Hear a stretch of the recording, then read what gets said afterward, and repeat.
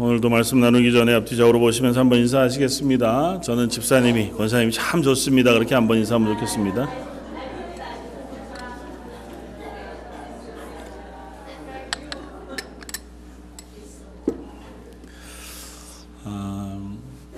여러분들은 혹 마음이 어렵거나 힘겹거나 지치거나 할 때 여러분들의 감정을 다 털어놓을 사람이 있으십니까?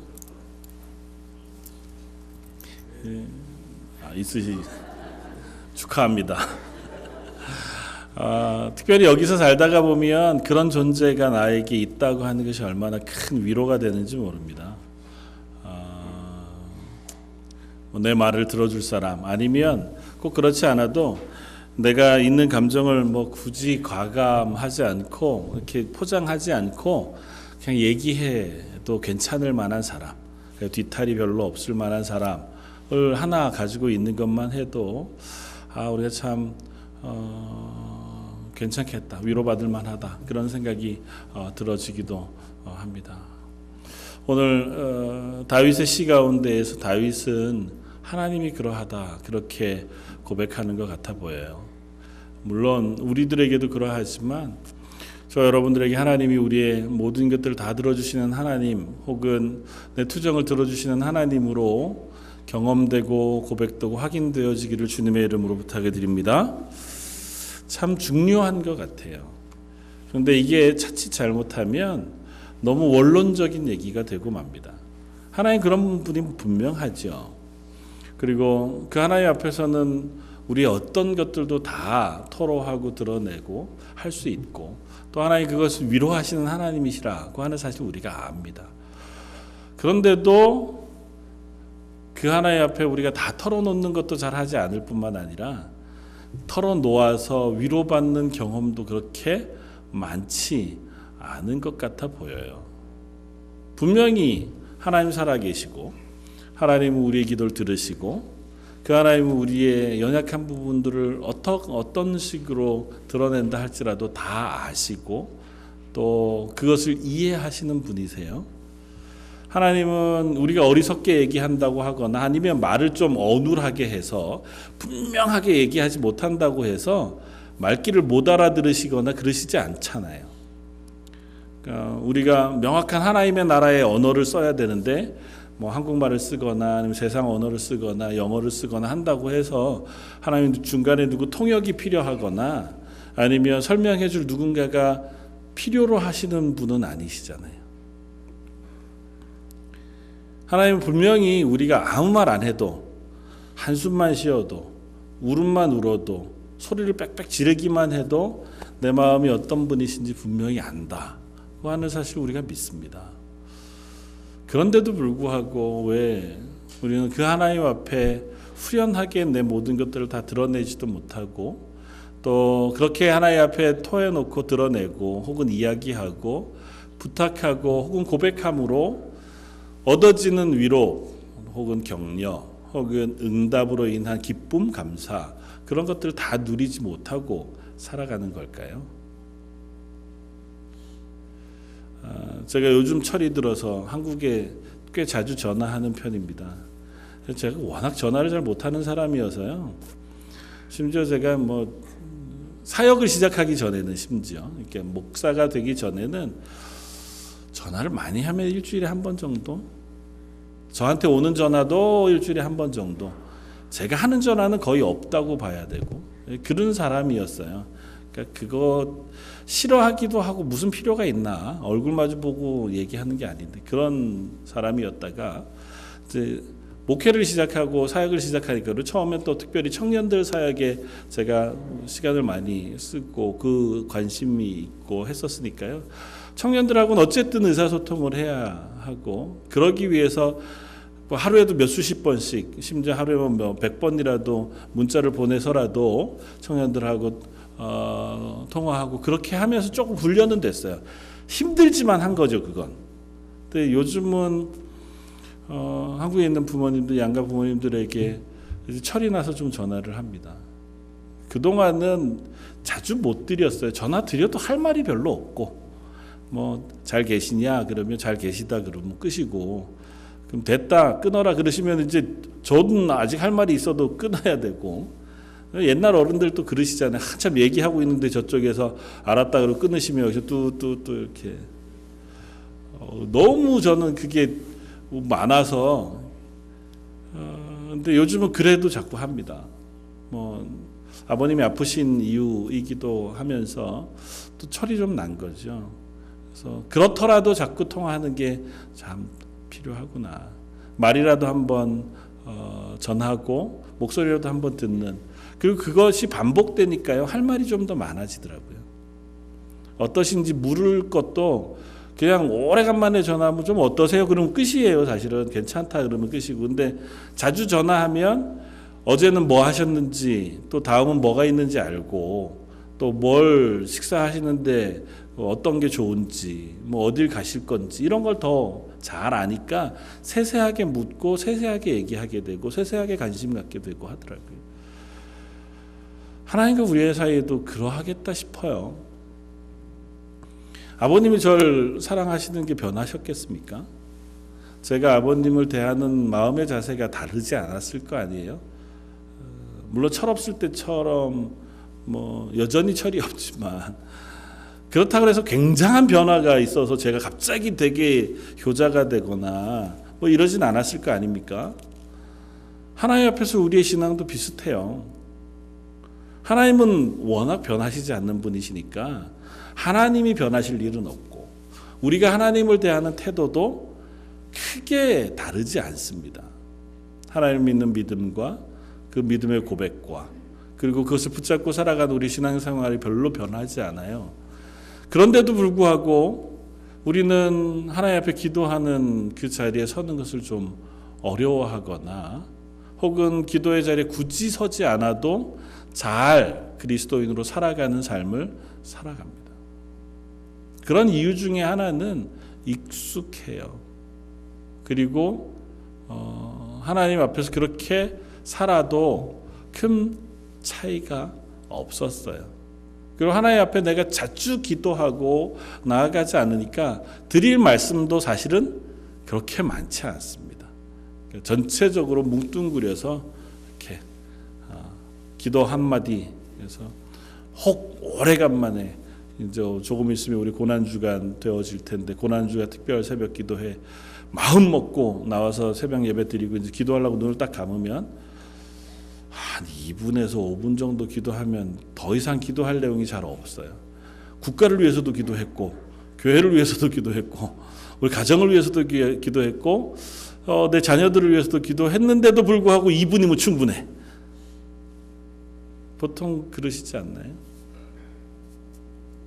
하나님 앞에 내가 세세한 거 알려드리고 말하는 습관 혹은 그런 시간들을 가져본 적이 없으니까요.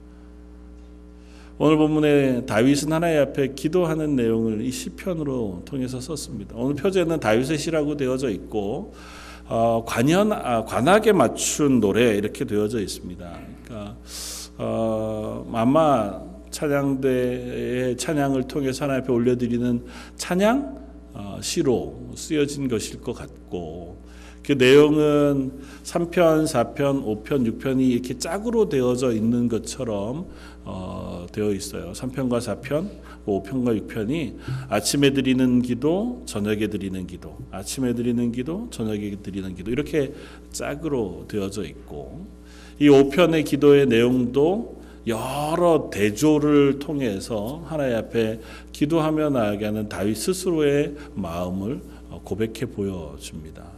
다윗은 이 기도를 마치면서 하나님 앞에 이렇게 고백해요. 12절, 여호와여 주는 의인에게 복을 주시고 방패로 함같이 은혜로 그를 호위하시리이다. 그러니까 기도를 쭉 마치면서 하나님은 나의 기도를 들어주시는 분이신 줄 믿습니다. 이렇게 하는 것을 좀 3인칭으로 썼어요. 하나님은 어떻게 해요? 의인에게 복을 주시고, 그러니까 거기에 이제 다윗 스스로 나에게 복을 주시고, 이렇게 표현해도 다르지 않아. 그리고 어떻게 해요? 방패로 막아주시는 것처럼 은혜로 그를 호위 막아주시고 보호해 주시는 하나님이십니다. 그렇게 고백해요. 하나님 내 기도를 들으실 뿐만 아니라 하나님은 내게 복을 주시고 또 나를 보호해 주시는 하나님이십니다 고 하는 고백을 합니다. 사실은 이 고백은 하나님이 내게 은혜 베푸시는 하나님이시라고 하는 믿음의 고백을 올려드리는 것이고, 이 고백은 신약에서도 우리가 거듭거듭 확인할 수 있는 믿음의 고백이기도 해요. 나를 호위해 주시는, 보호해 주시는 분이라고 하는 고백을 사도 바울은 로마서 8장에서 이렇게 고백하고 있는 것을 봅니다. 8장 38절 이하에 내가 확신하노니 사망이나 생명이나 천사들이나 권세자들이나 현재일이나 장래일이나 능력이나 높음이나 깊음이나 아무 피조물이라도 우리를 우리 주 그리스도 예수 안에 있는 하나님의 사랑에서 끊을 수 없느니라. 예수 그리스도의 사랑이 나를 보호해 주고 계셔서 세상에 무엇이 나를 공격해 온다 하더라도 나를 공격할 수 없고 넘어뜨릴 수 없습니다. 하나님의 사랑이 나를 보호하고 계십니다. 그렇게 고백하고 있는 거죠. 다윗이 얼마나 놀라운 고백을 하나님께 올려드리는 것인지 모릅니다. 이 고백이 저와 여러분들의 고백이 되기를 바랍니다. 근데 이 고백을 하기까지 다윗이 그냥 언제나 그 믿음의 자리에만 서 있었던 것은 아닌 것 같아요. 다윗이 5장의 시편의 고백을 하고 있는 현재의 상태는 명확하게 다윗의 인생 가운데 어느 시점이라고는 알려지지 않았습니다. 확인하기는 어려워요. 그러나 쭉 5장의 내용을 읽다가 보면 다윗이 되게 어려움 가운데 있구나, 고난 가운데 있구나 하고 하는 사실을 확인할 수는 있습니다. 1절 2절은 다윗이 이렇게 하나님 앞에 기도해요. 여호와여 나의 말에 귀를 기울이사 나의 심정을 헤아려 주소서. 나의 왕 나의 하나님이여 내가 부르짖는 소리를 들으소서. 내가 주께 기도하나이다. 하나님 앞에 기도합니다. 여호와여 나의 말에 귀를 기울이사 나의 심정을 헤아려 주십시오. 그러니까 하나님 앞에 내 심정을 좀 헤아려 주십시오 이렇게 기도하는데, 이 심정이라고 표현되어진 내 심장을 헤아려 주십시오 그렇게 기도하는 이 히브리어 단어가 사실은 기도하는 것으로만 번역되기는 좀 애매한, 다른 곳에서는 주로 어떤 식으로 표현이 되어져 있냐 하면 심정이라고 표현되어져 있는다가 읍조림 혹은 부르짖음, 울음, 통곡 이런 식으로 번역되어지는 단어예요. 그러니까 하나님 내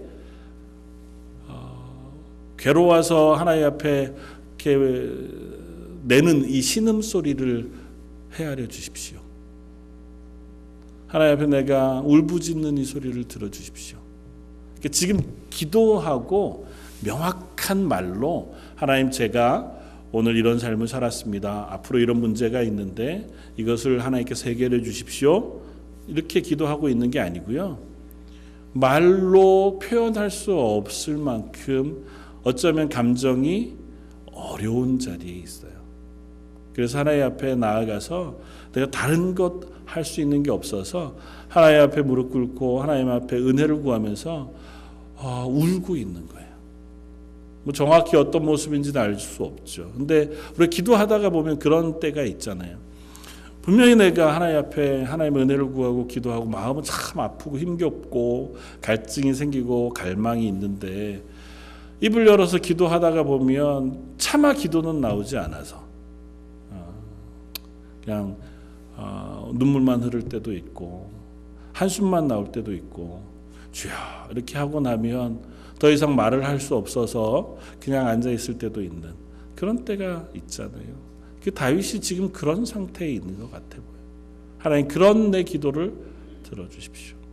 2절에는 내가 기도하며 부르짖는 소리를 들어주시기 바랍니다. 하나님 앞에 내가 부르짖는 소리, 안타깝게 내 마음을 다해서 하나님의 은혜를 구하면서 소리질러 부르짖는 그 부르짖는 소리를 들어주십시오. 다윗이 어느 때인지는 모르지만 다윗뿐 아니라 저와 여러분들의 삶의 자리는 자주 이와 같은 상황 속에 놓여지는 것 같아 보입니다. 늘 평안하고 기쁘고 감사할 때도 많지만 그러나 우리가 놓여진 곳에서 살아가려고 하다가 보면 때로는 원통하고 기가 막히고 탄식이 나오고 앞길을 알 수 없어서 지치고 힘겨운 자리에 놓여질 때가 있고, 그럴 때 우리가 가장 먼저 어깨를 기대고 도움을 얻을 수 있는 자리가 바로 하나님이라고 하는 사실 우리가 잊지 않았으면 좋겠습니다. 그리고 그 하나님 앞에 나아가기를 즐거워하는 혹은 즐겨하고 시워하는 저와 여러분들이었으면 좋겠어요. 하나님은 처음에도 말씀드렸지만 우리의 어떠한 것들도 들어주시는 분이 분명합니다. 우리가 어떤 모양으로 나아가더라도 하나님은 그 기도를 들으시겠다고 말씀하세요. 그러니까 그 하나님 앞에는 우리가 탄식으로 나아간다고 해도, 내가 참 억울한 마음만 가득 품은 채로, 분노한 채로 그 자리에 나와서 화를 사귀지 못해서 씩씩거리고 앉아만 있다 할지라도 하나님 우리의 마음에 무엇이 있는지를 아시는 분이 하나님이시잖아요. 하나님 앞에 내가 아무리 정말 논문처럼 멋진 말들로 내 상황과 앞으로의 비전과 계획과 그것들을 다 써서 알려드린다고 해도 그 내용 중심에 있는 내 욕망이 무엇인지를 하나님 아시는 분이세요. 하나님 결코 우리 말에 속지 않으시고 우리의 태도에 속지 않으세요. 그러나 그 하나님은 우리를 사랑하세요.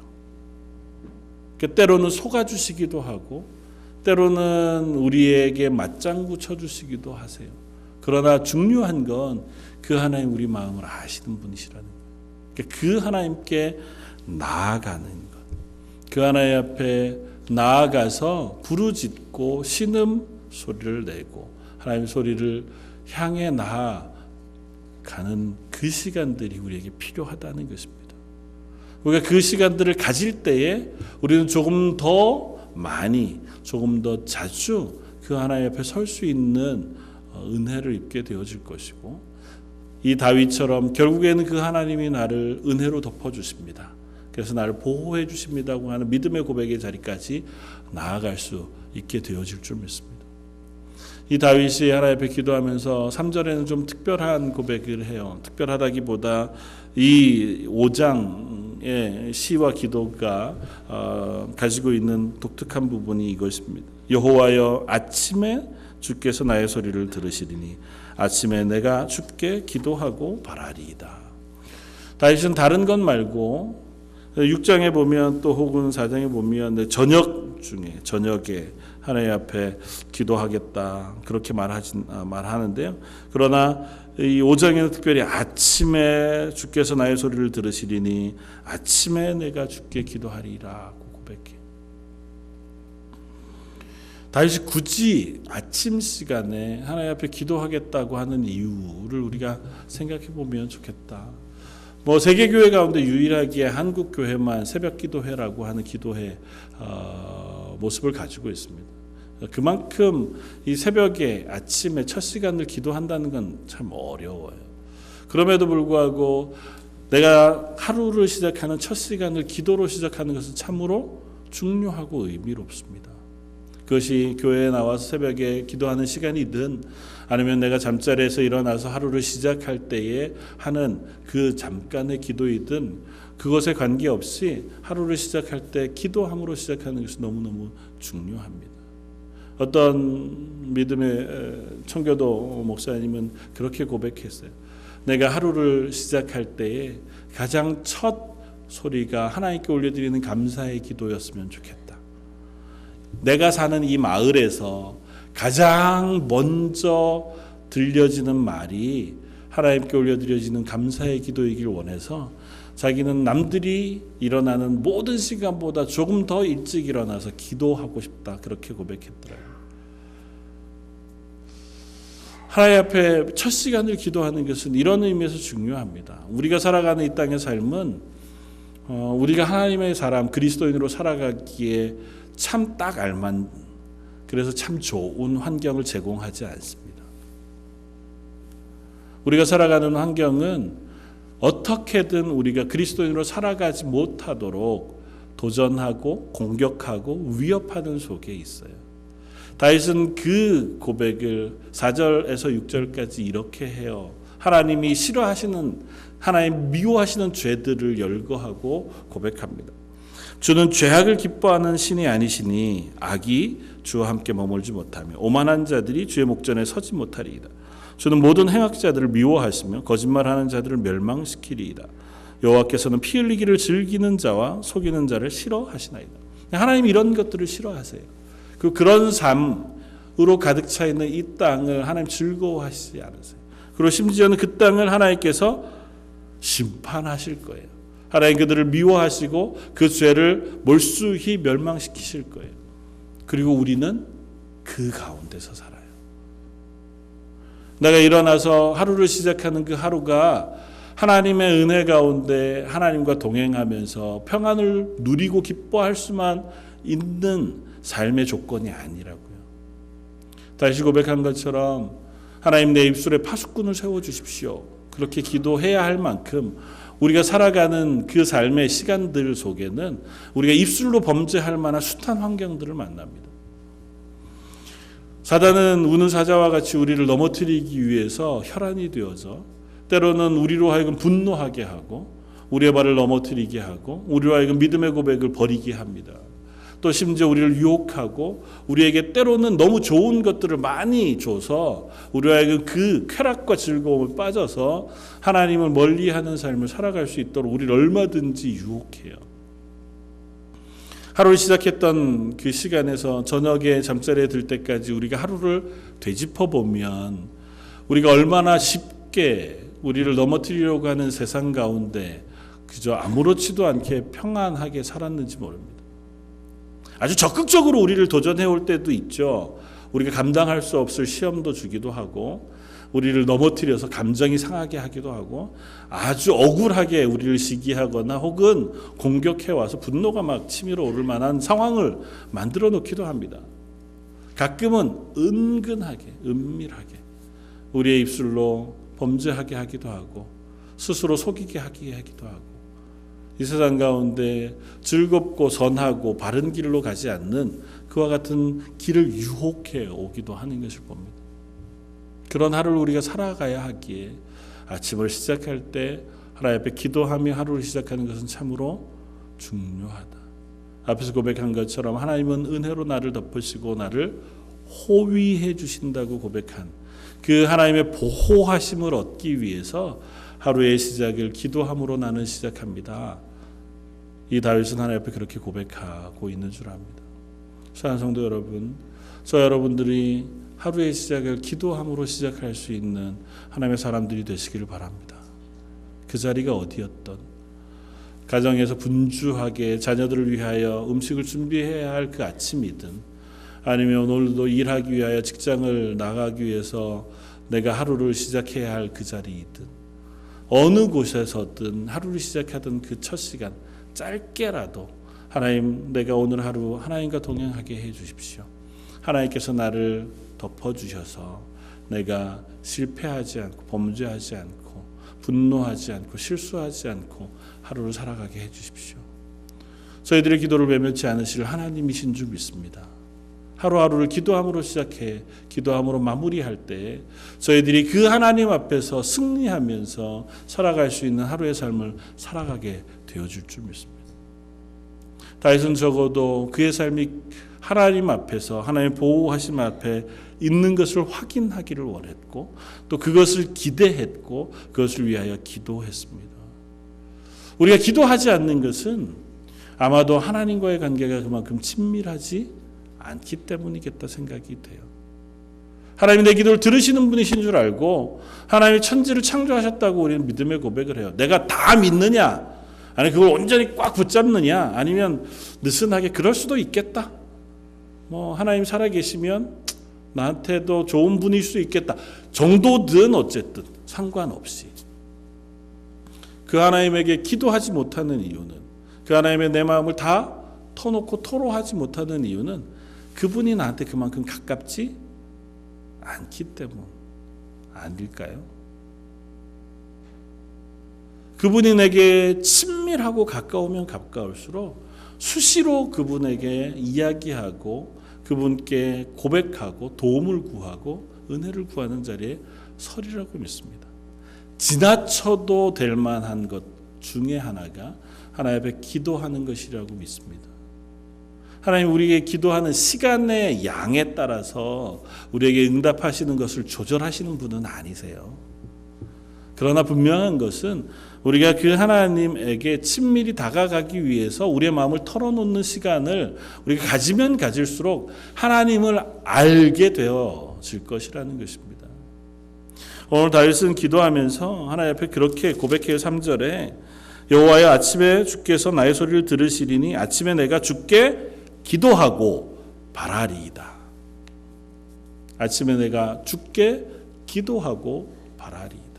이 두 가지 단어는 사실은 히브리어로 좀 독특한 의미를 가집니다. 기도하고라고 표현했을 때 이 기도라고 하는 단어는 기도로 번역되지 않는 단어예요. 자주. 오히려 이 기도라고 하는 것은 진열하다 혹은 뭘 정렬해 놓다고 하는 단어로 오히려 자주 쓰였습니다. 하나님께서 이스라엘 백성의 성막을 지으라고 하시고 성막 지성소와 성소 그리고 성소 안에는 진설병을 배설해 놓을 상, 그러니까 떡을 올려놓을 상과 촛불을 켜놓을 촛대를 만들어 놓으라고 하셨어요. 그리고 매일 아침마다 새로운 떡을 만들어서 그 상 위에 올려놓으라고 하셨는데 그 위에 떡을 올려놓는다고 하는 표현이 이거예요. 기도하다. 그러니까 진열해 놓는다. 그러니까 그게 되게 어떤 특별한 차이가 있는 건 아니지만 하나님 앞에 기도하는 게 하나님 앞에 내 마음을 이렇게 올려놓고 진열해 놓는 그와 같은 의미를 가지고 있어요. 그래서 마음에 그냥 어수선한 감정만을 쏟아낼 것이 아니고 내가 하나님 앞에 드리는 그 기도를 가지런히 정리해 올려드리는 것을 또한 고백하고 있는 줄 압니다. 처음에는 우리의 감정을 다 드러내지요. 그러나 조금 지나고 그 감정이 잦아들 때쯤 되면 그 하나님과 대화하는 시간이 필요해요. 그러니까 우리가 부모님에게 감정을 쏟아놓을 때 처음에는 말도 안 되는 얘기들을 막 쏟아놓아도 대부분 엄마들은 이렇게 그래 그렇구나 이렇게 힘들구나 그렇게 해주죠. 근데 계속 그러기만 해서 1시간 2시간이 반복되면 어떻게 해요? 이제 마음을 좀 정리하고 얘기를 좀 해봐. 무슨 일이 있었던 거니? 이렇게 묻게 되고 그러면서 자기가 얘기하다가 보면 또 말을 듣다가 보면 그 이유에 대해서 또 그 진행에 대해서 확인하고 또 정리하고 감정이 추스러지고 문제 해결점을 찾아가잖아요. 하나님 앞에도 마찬가지입니다. 내 감정을 토로해 놓지만 그러나 기도하는 그 순간 기도의 시간들을 가지면 가질수록 그 하나님 앞에 내가 기도하고 있는 내용 내가 소망하고 있는 내용이 무엇인가를 가지런히 정렬해 올려놓는 과정이 필요해요. 물론 그게 됐든 안 됐든 하나님 내 기도를 아시죠. 내 마음을 아시죠. 그러나 그 과정을 통해서 우리가 확인할 수 있습니다.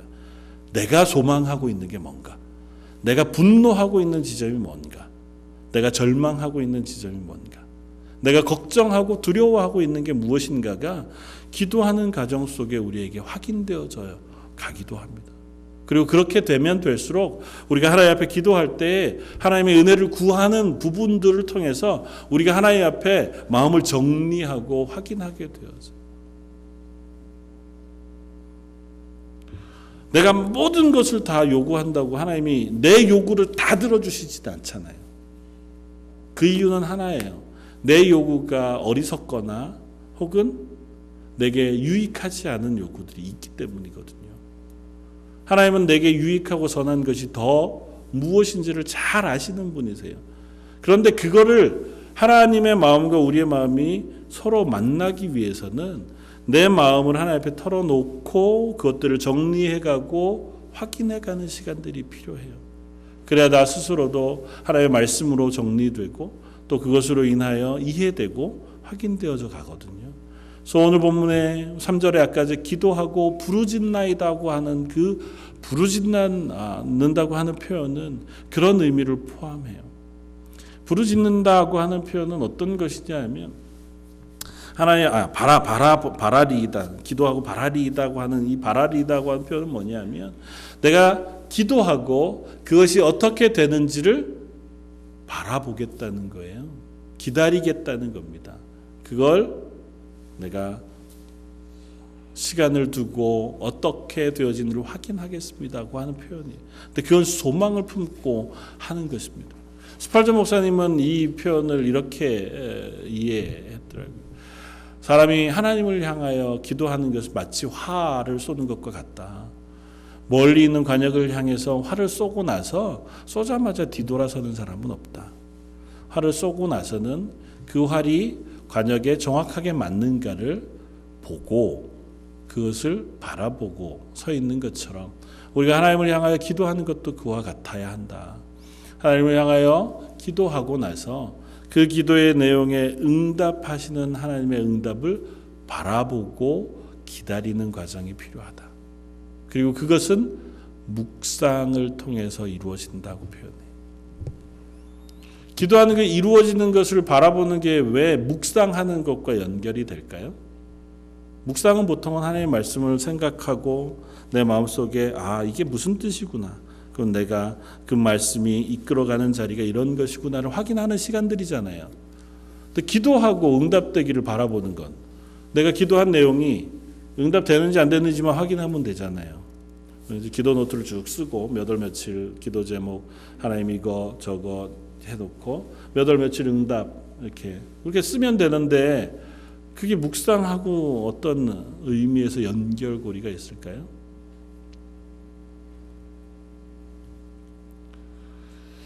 기도는 하나님과의 대화.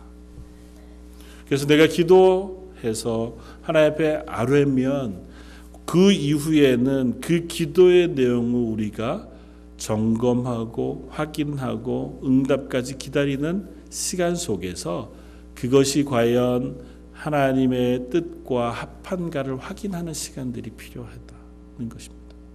묵상하다가 보면 기도하고 나서 기다리면서 내가 기도한 내용들을 한번 되뇌어 보고 또 그 기도의 내용들을 또다시 하나님 앞에 아뢰어 드리고 또다시 확인하는 과정을 통해서 그 속에 있는 내 욕심 혹은 내가 오해하고 있는 것들, 내 감정들이 조금씩 정제되어져 가면서 그 가운데 선명하게 하나님의 뜻은 이 가운데 이와 같은 길로 나를 인도하시기를 원하시는구나를 깨달아가는 그 시간들이 필요하다는 거죠. 하나님 분명히 응답하세요.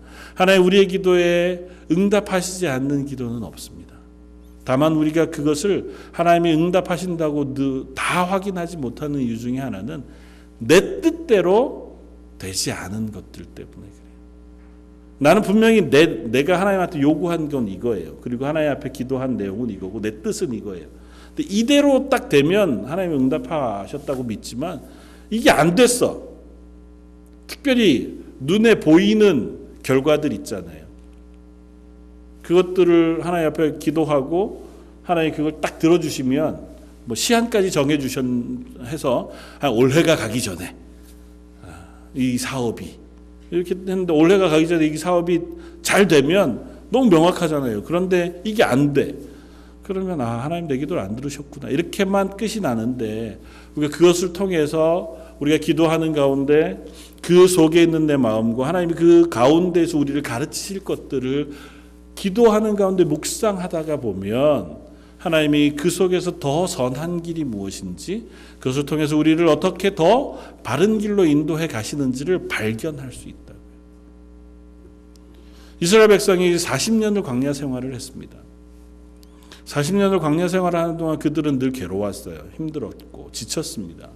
광야에서 텐트 치고 사는 게 지긋지긋하지 않았겠습니까?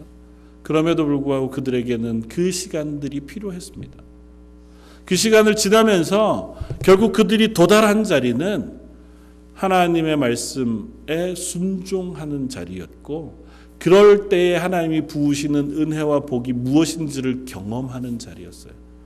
하나님이 광야에 있을 때나 가나안에 있을 때나 하나님의 능력의 차이가 있지는 않습니다. 하나님이 그들을 먹이시거나 입히시거나 보호하시는데도 구별하거나 차별하지 않으세요. 굳이 왜 광야를 40년 동안이나 텐트 치고 돌아다니게 하실 필요가 뭐 있어요? 가나안 가가지고 그렇게 또 가르치시고 보호해 주시면 되는데 똑같은 일을 하시잖아요. 그럼에도 불구하고 왜 40년이 필요했을까요? 그동안 그들이 하나님의 말씀에 순종하면 얻게 되는 복과 하나님의 말씀에 순종했을 때 얻어지는 평안을 경험하는 시간이었어요. 그들은 곤란하고 힘겨운 지친 시간이었다고 표현했는지 몰라도 적어도 우리가 성경을 통해서 확인하는 바는 광야를 출발했을 때 이스라엘과 가나안 땅에 처음 들어갔을 때 이스라엘의 모습은 완전히 다른 사람들이었습니다. 광야를 출발했을 때 이스라엘은 하나님의 말씀에 순종하는 것을 어려워했어요. 눈앞에 있는 어려움, 그것 내가 계산해보고 그것을 하나님께서 이기실 거라고 하는 믿음보다는 그것을 도망가야 하겠다고 하는, 혹은 우리 힘으로 해결할 수 없다고 하는 절망이 더 컸던 사람들이에요. 그러나 여리고성 전투를 앞둔 이스라엘은 여리고성을 7바퀴 돌아라고 하는 말에도 순종할 만큼 하나님의 말씀에 순종하면 그대로 이루어질 것이라고 하는 믿음의 확실한 자리까지 자랄 수 있었습니다. 저에게 하나님이 은도 주실 수 있고 금도 주실 수 있고 건강도 주실 수 있다고 말씀하세요. 우리가 필요한 것들, 이 땅에 살아가면서 필요한 모든 것들을 하나님이 허락하실 수 있다고 약속해 주셨어요. 그럼 주셔야지.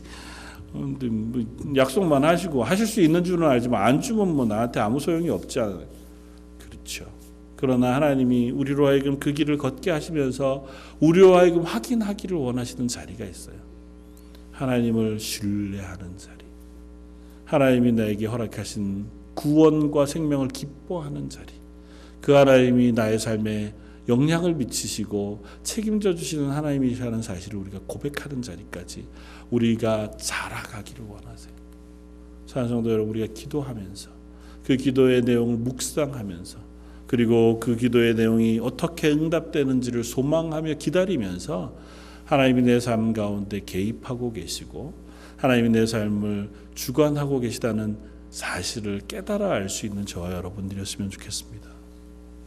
올 한 해 예수 그리스도와 하나님 앞에 선 교회, 그런 삶을 살아가자고 고백하고 그 하나님 앞에 서기 위해서 특별히 일사분기 가운데 기도하며 예배하는 시간들, 그 일들을 우리가 하십시다, 그렇게 선포하고 지나가고 있습니다. 늘 목사는 하는 얘기니까 그렇게 들으실 수도 있지만 한번 마음을 먹고 결단하고 한번 실천해 볼 수 있었으면 좋겠습니다. 다른 건 아니어도 적어도 매일 아침 일어날 때마다 하루를 하나님께 의탁하고 기도하는 여러분들이었으면 좋겠습니다. 그리고 우리의 가정의 문제들과 고민들을 하나님 앞에 토로해 놓을 수 있는, 그래서 하나님 앞에 다 알려드릴 수 있는, 처음에는 1, 2분이면 끝날 만한 기도도 반복되고 또 내가 하다가 보면 때로는 1시간, 2시간이 지나도 하나님 앞에 드릴 기도가 더 풍성해지는 자리까지 갈 수 있는 줄 믿어요. 시간이 중요한 것은 아니지만 그러나 내가 하나님과 사귀는 사귐은 그것으로 때로는 확인할 수 있습니다. 하나님께 드릴 말씀이 별로 없는 인생보다는 하나님과 함께 있는 그 시간, 하나님께 부탁할 것도 많고 하나님 앞에 털어놓을 것도 많고 원망할 것도 많은 저 여러분들의 삶이었으면 좋겠습니다. 자녀들이 가끔 이제 명절 때가 되면 뭐 혹 오게 되거나 만나게 되는데, 만나서 와가지고 밥 한 끼 먹고 나면 더 이상 할 얘기가 없어서 대면 앉아 있다가 저 갑니다 그러고 가면 아쉽잖아요. 기왕 왔으면 네가 어떻게 살고 있는지, 요즘 고민하는 건 뭔지, 정말 마음속에 힘겨워하는 건 뭔지 또 좀 얘기해 주면 좋겠고, 뭐 내가 해결해 줄 수는 없어도 그래도 들어는 줄 수 있고, 들어주고 나면 위로는 해줄 수 있고 도닥거려 줄 수는 있는데, 하나님은 우리보다 크신 분이시잖아요. 하나님 앞에 기껏 나왔는데도 뭐 주일날 어차피 예배 1시간 어떻게든 앉아 있다가 보면 이제 가고, 그렇게 할 것보다는 좀 일찍 나와서 하나님 오늘 예배 가운데 좀 제 마음을 위로해 주시면 안 되겠습니까? 지난 한 주간 동안 참 힘들었습니다. 지난 한 주간 동안 지치기도 하고 속상하기도 하고 누구 하나 내 마음 알아주는 사람 없어서 답답하기도 했는데 오늘 예배 가운데 하나님 그 마음을 좀 만져주시면 좋겠습니다. 기도하고 하나님 앞에서 찬양하고 하나님 앞에 드리는 예배가 분명히 하나님이 그 기도를 들어 응답해 주시는 예배가 될 줄 믿습니다.